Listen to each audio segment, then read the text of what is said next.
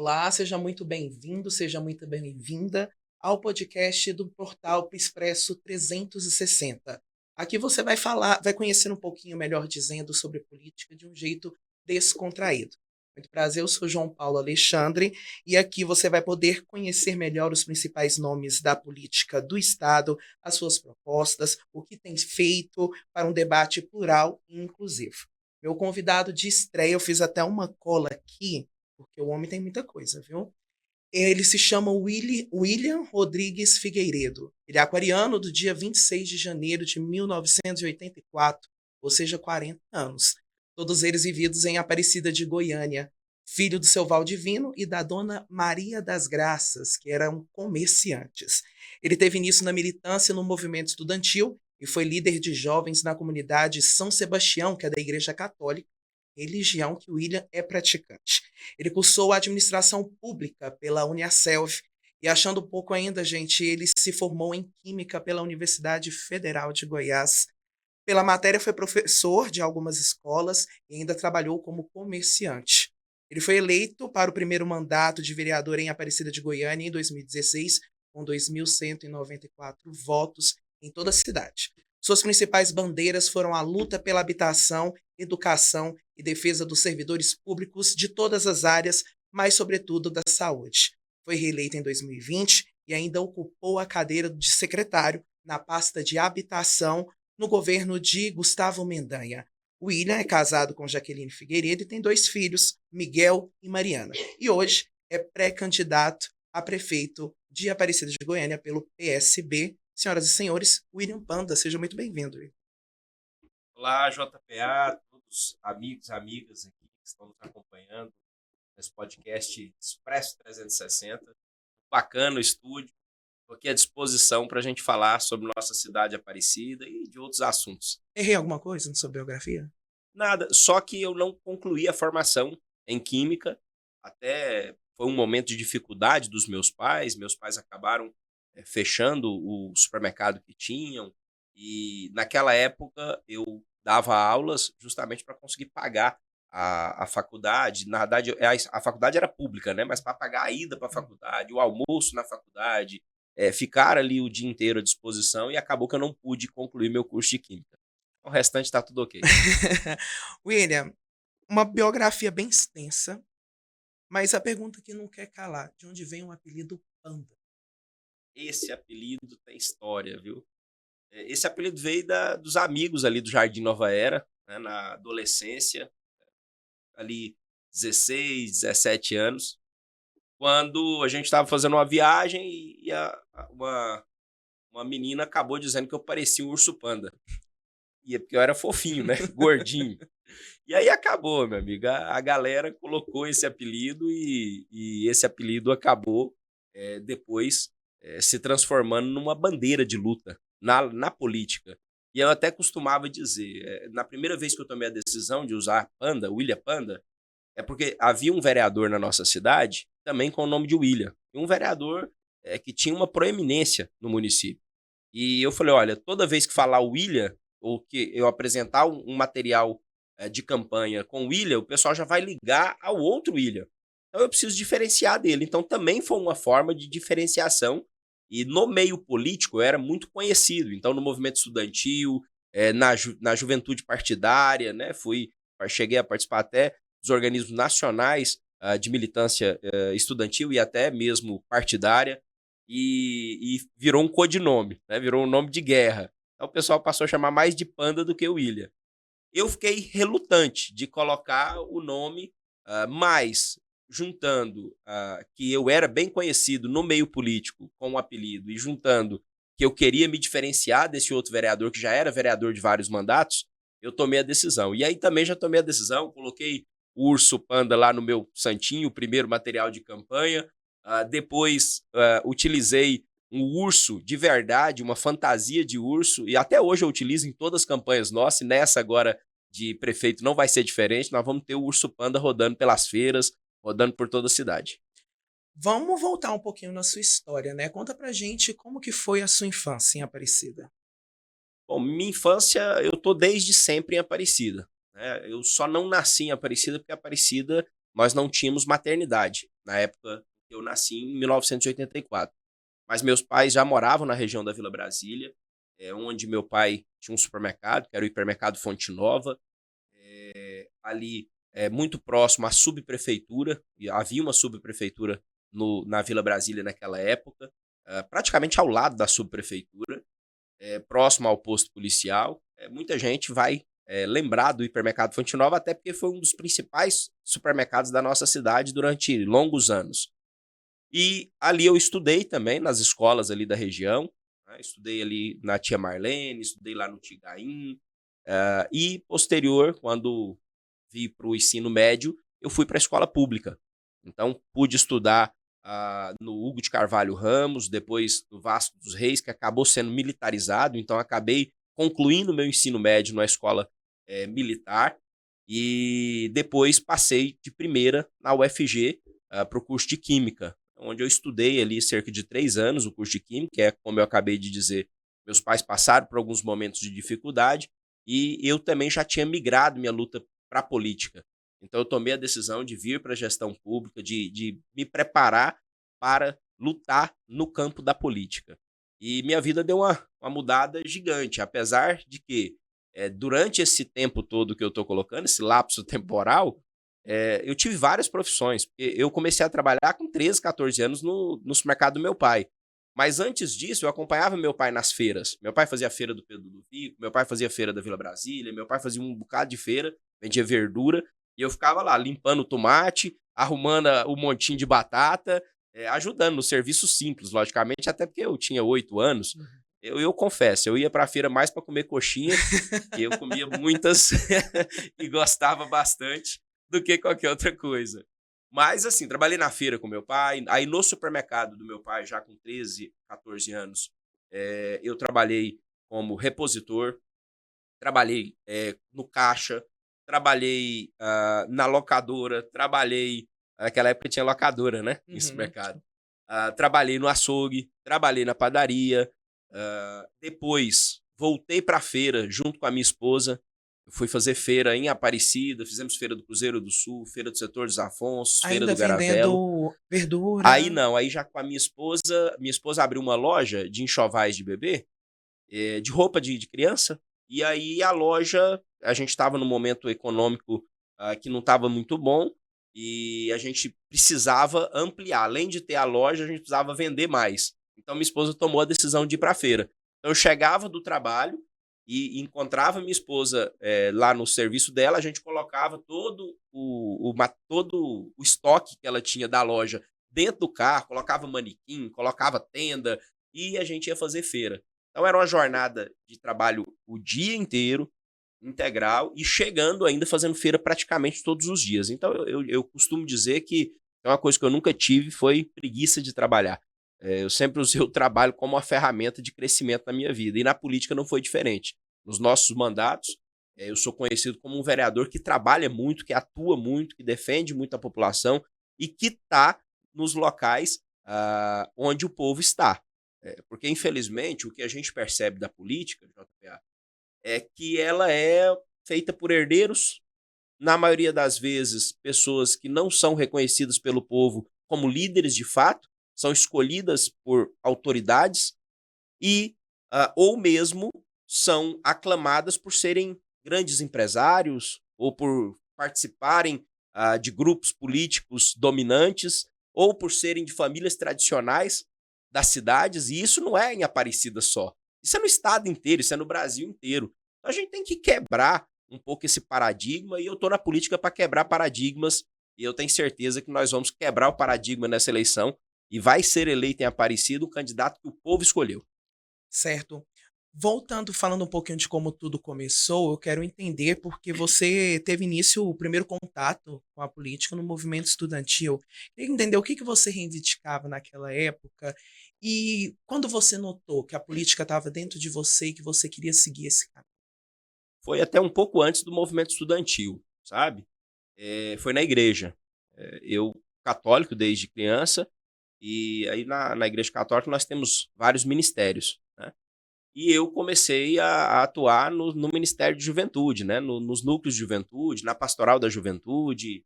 dentro da minha igreja, criei um grupo de jovens, e esse grupo de jovens atuava não só dentro da igreja, mas na comunidade como um todo. A gente passava com o carrinho do supermercado do meu pai lá no Nova Era para poder recolher alimentos no bairro inteiro, para fazer cesta básica, ajudar as pessoas. A gente se uniu com a população. Nós temos uma praça lá na Avenida Graçarã, esquina com a Avenida Barão do Rio Branco, onde é, inclusive, a nossa comunidade católica, que é uma praça que nós plantamos grama. Nós, os jovens da comunidade, eu era o presidente desse grupo de jovens, eu, Carol, Cíntia, Ítalo, Rubens e tantos outros jovens, nós plantamos grama lá, nós plantamos as palmeiras que tem lá, inclusive doação à época de empresários lá da região. Então a gente buscou doações, a gente plantou árvores nessa praça, porque essa praça era muito feia, era só um terrão, gerava muita poeira. Nós fizemos essa praça lá no início, quando eu não tinha nenhum cargo político, nem pensava em ser candidato a nada, e a gente foi lá e construiu uma praça do jeito que a gente queria. Depois, acabou, enquanto vereador, eu tendo o prazer de ser a primeira praça que eu consegui lutar, cobrar e urbanizar. Terminar de colocar a academia ao ar livre, terminar de colocar os brinquedos para as crianças, fazer a pista de caminhada, mas a grama que está lá, as árvores que estão lá, são as mesmas que eu plantei junto com meus amigos e amigas lá do grupo de jovens da igreja. Então, lá na igreja, depois no movimento estudantil, e aí eu percebi que a política estava no sangue, JPA. Agora, o que me trouxe para disputar um cargo eletivo foram as injustiças sociais, e principalmente o episódio da desocupação criminosa do Parque Oeste Industrial. Naquele dia, e eu vendo a forma com que as coisas estavam acontecendo pela televisão, e eu fiquei desesperado e eu tomei a decisão de ir para lá ajudar aquelas famílias.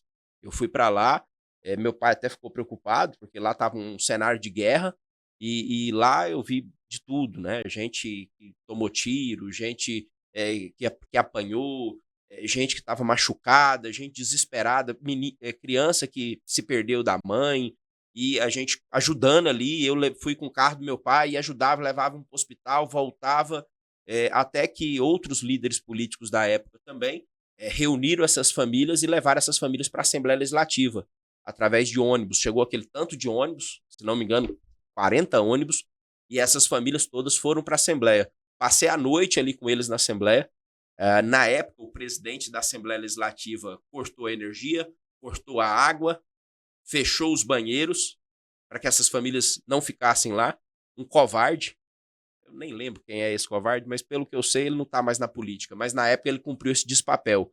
E aí o Dom Washington foi quem acolheu essas famílias, chamou todos para a catedral, ali na Rua 10, e lá na catedral essas famílias foram acolhidas, tiveram banheiro, tiveram comida, e ficaram ali cerca de dias, até que a justiça, até que a imprensa mostrou o que estava acontecendo, aquela covardia que aconteceu, aquele crime que aconteceu com aquelas famílias, e elas foram levadas para ginásios. E a justiça obrigou que tanto o governo estadual quanto o governo municipal, à época, fizessem o atendimento dessas famílias, garantisse alimentação, mas foi uma situação muito vexatória. Essas famílias ficaram 3 meses, se não me engano, quase 3 meses, em ginásios. Em 2 ginásios, né? No Novo Horizonte e no Capoava. 2 ginásios, Novo Horizonte e Capoava. Eu fiquei mais no Novo Horizonte, que é mais próximo aqui da minha região de Aparecida. Então eu fiquei sempre no Novo Horizonte.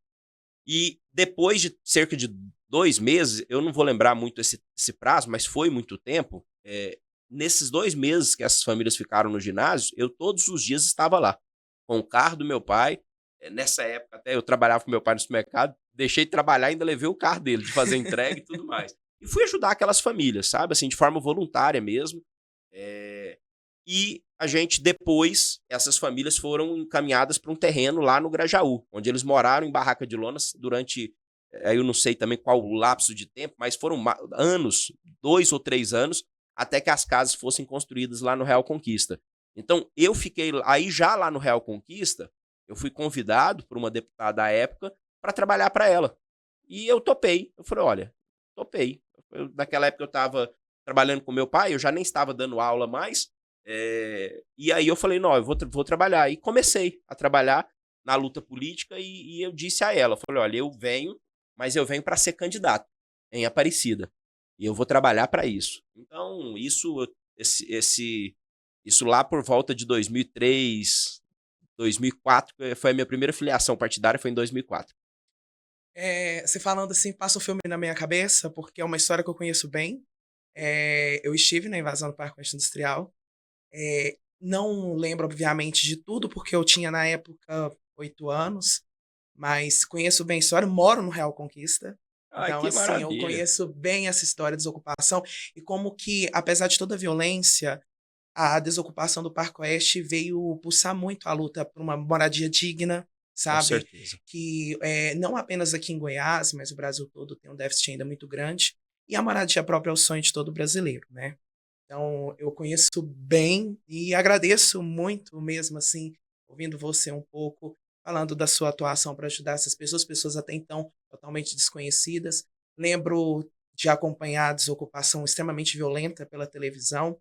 Enfim, é um episódio muito doído para quem viveu e eu acredito que a história do Parque Oeste é uma história que não pode ser esquecida. Jamais, inclusive por causa de tanta violência para se conquistar algo que deveria ser primordial para todo mundo, né? A casa própria. É um direito, né? A moradia é um direito. E, olha, E constitucional. eu não sabia, JPA, que você era uma daquelas crianças que estavam ali naquela época da ocupação. E eu quero dizer, ninguém mora numa barraca de lona porque quer, mora por necessidade. Às vezes às vezes não existem dentro das ocupações pessoas que tentam se aproveitar, tem, minoria, como tem em todo lugar, sabe? Como tem nos meios de pessoas mais ricas, como tem em qualquer projeto, às vezes o banco libera um empréstimo definido para algum tipo de empresário, eles maculam documentos para poder conseguir aquele empréstimo, também acontece, infelizmente, nos meios com pessoas mais ricas. E com as pessoas mais pobres também vai acontecer. Agora, a maioria absoluta das pessoas que está num processo de morar debaixo de barraca de lona é porque realmente precisa. E aí eu vou lembrar da história da minha avó. Minha avó, ela veio do Maranhão com os filhos e não tinha onde morar e morou ali no Parque Anguera, na época, uma ocupação que havia no Parque Anguera, e foi o Íris que regularizou ela lá, que entregou a escritura a ela. Minha avó já faleceu, mas faleceu grata a tudo que o Íris fez nessa área de moradia. Então, que exemplos como o do Íris sejam seguidos, mas infelizmente o que a gente vê hoje são políticos frios, cruéis e que não estão preocupados em cumprir a sua função. E cumprir a função, eu estou falando de orçamento público, eu estou falando de fazer política pública de moradia. Aparecida, por exemplo, não gastou nos últimos 20 anos nem 1% do orçamento em moradia, do orçamento municipal. Então, como é que a gente vai resolver o problema de moradia se a prefeitura, por mais de 20 anos, não gasta para resolver os problemas de moradia? Na realidade, o lapso é ainda maior. O último assentamento urbano da nossa cidade foi o Independência Mansões, sabe? Então aí a gente já vai para casa dos 30 anos. Então nós precisamos fazer política habitacional. Em Aparecida, por exemplo, nós temos 12 ocupações, algumas grandes, outras pequenas. Uma grande, por exemplo, o Alto da Alto Boa da Boa Vista, Vista, né? né, onde a gente está lá lutando junto com as famílias. Existe hoje um processo de acompanhamento com o Ministério Público, Defensoria Pública, Tribunal de Justiça de Goiás. A pandemia, que foi um episódio triste, JPA, triste das nossas vidas, perdi meu primo, perdi minha tia, perdi tantos amigos, mas a pandemia trouxe pelo menos um pouco mais de humanidade para o judiciário. O judiciário tomou uma decisão após a lei do despejo zero, que foi apresentada no Congresso, que foi aprovada também no Congresso, mas ela findou. Quando a lei do despejo zero acaba o seu prazo, quando a pandemia acaba, o judiciário tomou uma decisão de que qualquer desocupação só ocorreria se houvesse uma comissão de soluções para os conflitos fundiários e se os direitos humanos daquelas famílias fossem também respeitados. Então, hoje nós temos em Aparecida 12 ocupações que estão nessa situação, que estão sendo acompanhadas por essa comissão de soluções fundiárias. É responsabilidade de quem resolver esse problema? É da prefeitura, é do prefeito. Então nós precisamos, e eu vou fazer aqui um reconhecimento. O prefeito Vilmar avançou bastante no diálogo com o Ministério Público, com a Defensoria Pública, fez inserções e ouviu essas comunidades, esteve em todas as comunidades com mutirões. Isso foi muito importante e agora chegou o momento de que eu faça de forma muito clara um compromisso.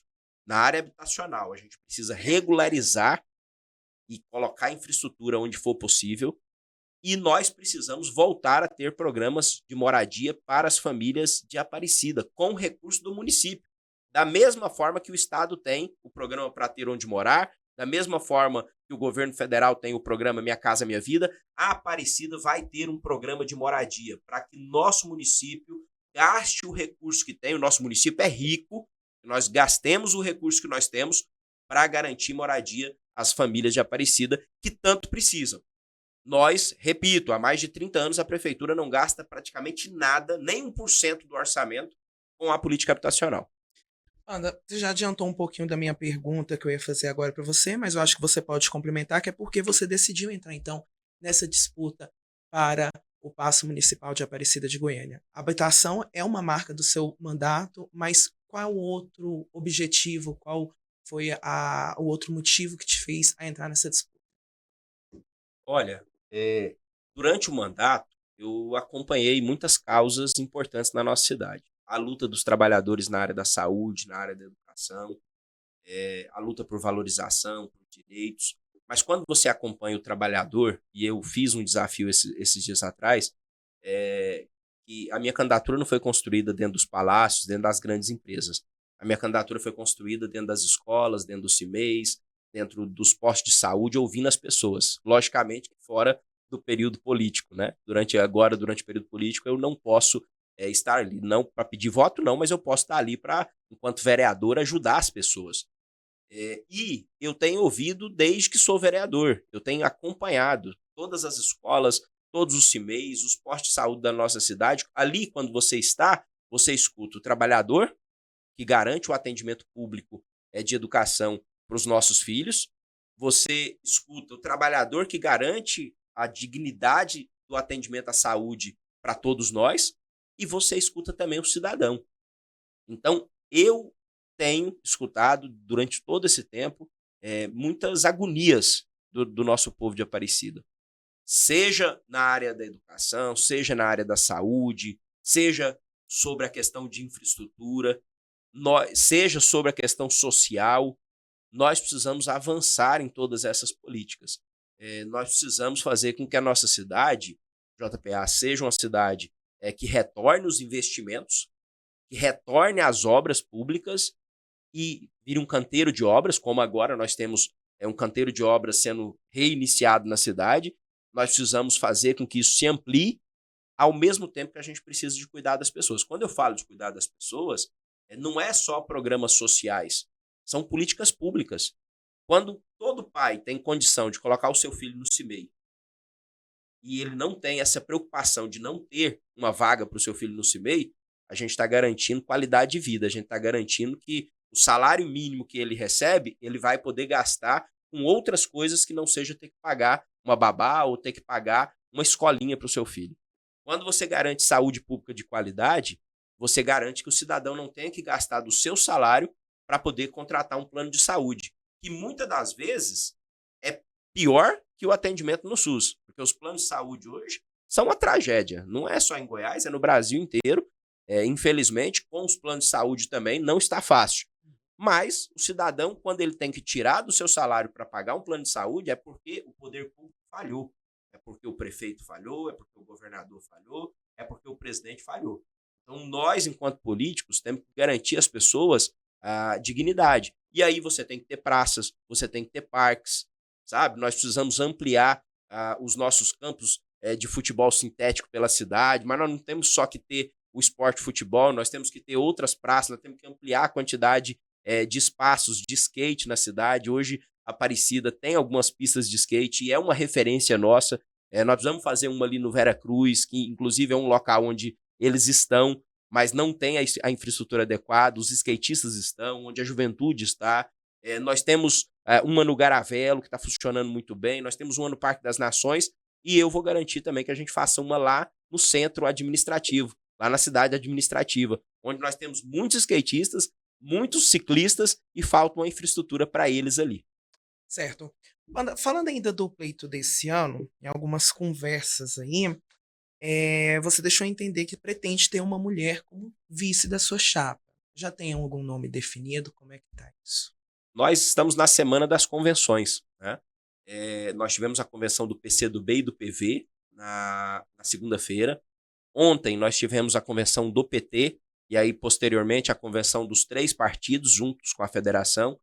Todos esses partidos definiram por unanimidade o apoio à nossa pré-candidatura a prefeito, então isso já foi homologado em suas convenções e também foi homologado que a definição do vice, além de ser uma mulher, será uma indicação dessa federação. Nós já temos sim alguns nomes que foram colocados, inclusive um dos nomes que está bem avançado o processo e a gente deve anunciar já nos próximos dias. Certo. Eu também queria saber de você que você enfrentou um pouquinho de resistência do apoio do PT, mas conseguiu o apoio da sigla. Eu quero saber o que foi feito por você e pelo PSB para que isso acontecesse. Muito diálogo, JPA, muito diálogo. A gente dialogou com todas as forças. Toda candidatura ela precisa se mostrar viável. E nós mostramos que existia viabilidade. E nós mostramos também que num cenário em Aparecida, onde um candidato simplesmente diz que vai governar sem o presidente da República ou sem o governo federal, o que é um absurdo. Eu vou desafiar esse candidato mais uma vez, já desafiei em vários locais, desafio aqui novamente para ele apresentar como é que se governa uma cidade sem apoio do governo federal. Como é que se faz obras numa cidade sem apoio do governo federal. Inclusive, esse candidato é deputado federal, sabe a importância dos recursos federais para que uma cidade seja administrada. Então, esse candidato nega que nós tenhamos um presidente da República. Por questões ideológicas, políticas, e o outro candidato finge que a Aparecida não foi construída pelos governos Lula e Dilma. Porque foi, e eu vou apresentar isso. Coloca a todo momento que foi o Maguito que resolveu todos os problemas da cidade, e o Maguito foi magnífico, foi incrível, mas ele fez isso em parceria com o governo federal. Então, as obras que nós temos pela cidade, mais de 100 bairros asfaltados, sabe? Nós temos lá cerca de mais de 40 unidades de saúde, entre UBSs, UPAs, 3 UPAs, e nossa cidade até tem uma capacidade de atendimento maior do que a quantidade de habitantes por conta dessas 3 UPAs, um hospital municipal que é referência, e aí a gente tem 2 praças-céus, a gente tem durante esses períodos os programas sociais que foram intensificados em Aparecida, como o ProUni, como o FIES, como o Pronatec, e aí depois eu quero trazer os números, porque é muita coisa que foi feita pelos governos Lula e Dilma na nossa cidade. E aí, como é que esse outro candidato quer dizer que o Maguito fez tudo sozinho? Não fez. O Maguito fez com uma parceria muito grande com os governos Lula e Dilma, e eu vou apresentar isso para a população. A população talvez não saiba, mas nós iremos apresentar. E, por fim, eu vou me colocar como o candidato que vai fazer uma parceria muito grande com o governo federal e fazer com que nossa cidade volte a ser a cidade da época do Maguito. Mas da época do Maguito, com o apoio do governo federal, porque sem o apoio do governo federal, não dá certo. Anda, você destacou que vai apresentar para a população, né, que a Aparecida teve muita contribuição do Lula e da Dilma, mas infelizmente a gente vê ainda uma política muito polarizada, principalmente nesse quesito de esquerda-direita, lulismo, bolsonarismo. Como que você pretende costurar isso? Você acredita que apenas apresentar tudo isso vai ajudar que você seja eleito em Aparecida, sabendo que Goiás é um berço que o Lula, que o governo do PT, que a esquerda ainda sofre um pouco de resistência? O Lula teve 108 mil votos na eleição em que ele venceu para a presidência da República em Aparecida. Isso corresponde a cerca de 40% dos eleitores. As pesquisas mostram que 32% da população votariam com certeza em um candidato que fosse apoiado pelo governo Lula. E 43% das pessoas podem votar. Agora, nós não vamos levar esse debate para polarização ideológica, porque isso não vai contribuir a nível de município. Esses dias eu estava na feira, aí o cara pegou e falou, mas Se for de um partido tal, eu não voto. Por conta dessa causa, eu não voto. Eu falei, mas essa causa é debatida no Congresso, não é na prefeitura. A prefeitura é o lugar onde o prefeito tem que cuidar do asfalto, do recolhimento do lixo. O prefeito é uma espécie de zelador, é uma espécie de síndico, é uma espécie de presidente de associação de moradores. Ele cuida da cidade. Ele não muda as leis nacionais. Ele não entra nessa polarização das mudanças principais da nossa legislação. Ele muda leis municipais, mas essas leis municipais, na maioria das vezes, elas estão baseadas na maioria das vezes não, elas sempre estão baseadas na nossa Constituição. Então, esse debate ideológico, esse eu não quero fazer. Esse não é interessante para a cidade, até porque ele não define quem vai ser o melhor prefeito de Aparecida. Quem vai ser o melhor prefeito de Aparecida é quem conhece a cidade e tem propostas para ela. Agora, por que eu tenho dito com muita clareza que eu vou fazer não só uma pré-campanha, como uma campanha muito vinculada ao que foi feito pelos governos Lula e Dilma na cidade? Porque é o que mudou a história da nossa cidade. Essa é a verdade dos fatos. Todas as obras que nós temos na nossa cidade que mudaram a nossa realidade, o asfalto que está lá na sua casa, foi o Lula, a Dilma e o Maguito que fizeram. O hospital foi o Lula, a Dilma e o Maguito que fizeram. Aí tem gente que fala assim, mas foi com dinheiro do povo. Foi. Então me apresenta o que o Temer do MDB fez e o que o outro presidente, que hoje está inelegível, do PL fez, que são os dois partidos dos meus adversários. Me apresente o que esses dois presidentes fizeram, que aí tudo bem. Aí eu entendo que, de fato, todos os presidentes fizeram por Aparecida. Não fizeram. Quem fez por Aparecida foram os governos do Lula e da Dilma e vão fazer muito mais. Porque a partir do momento que nós estivermos na prefeitura, a parceria vai ser gigante com o governo federal para trazer obras, para trazer CIMEIs, escolas, hospitais, para trazer investimento para a nossa cidade. Certo. Quando a gente caminha aqui para o fim do nosso tempo, eu quero fazer um bate-papo, um bate-bola com você bem rápido, para você responder aqui algumas perguntas que eu elaborei para você. Um lugar que você já foi e quer voltar? João Pessoa. Um lugar que você não foi e quer conhecer? Chile. Uma pessoa especial para você? Minha mãe. Um sentimento? Sentimento de amor pela minha família, pela nossa cidade. Uma realização pessoal? Uma realização pessoal foi casar e construir a família que eu tenho hoje. Jaqueline, meus 2 filhos, Miguel e Mariana. Uma inspiração? Tem muitas, mas assim, me inspiro no Leonel Brizola, quando se fala de educação, e aí eu tô falando de inspirações políticas, né? Me inspiro no Mandela, quando a gente fala de liberdade. Me inspiro em tanta gente que ajudou a construir a nossa cidade de Aparecida, e eu tô falando de gente simples, gente do povo. Então, essas são minhas inspirações principais. Política para mim é? Necessária. Importante. Família para mim é? É tudo. O que o panda do presente falaria pro panda do passado? Rapaz, onde você chegou? Você tá indo muito além do que eu esperava. E o que o panda do presente quer ouvir do panda do futuro? Olha, você se manteve dentro dos seus princípios.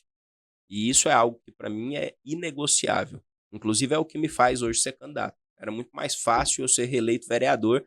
Isso estava muito mais garantido para que eu continuasse tendo mandato e defendendo a população. Mas nem sempre o fácil para mim é o que é o correto. O correto nesse momento é defender o legado do que a gente acredita na nossa cidade e não deixar ela cair nas mãos do atraso.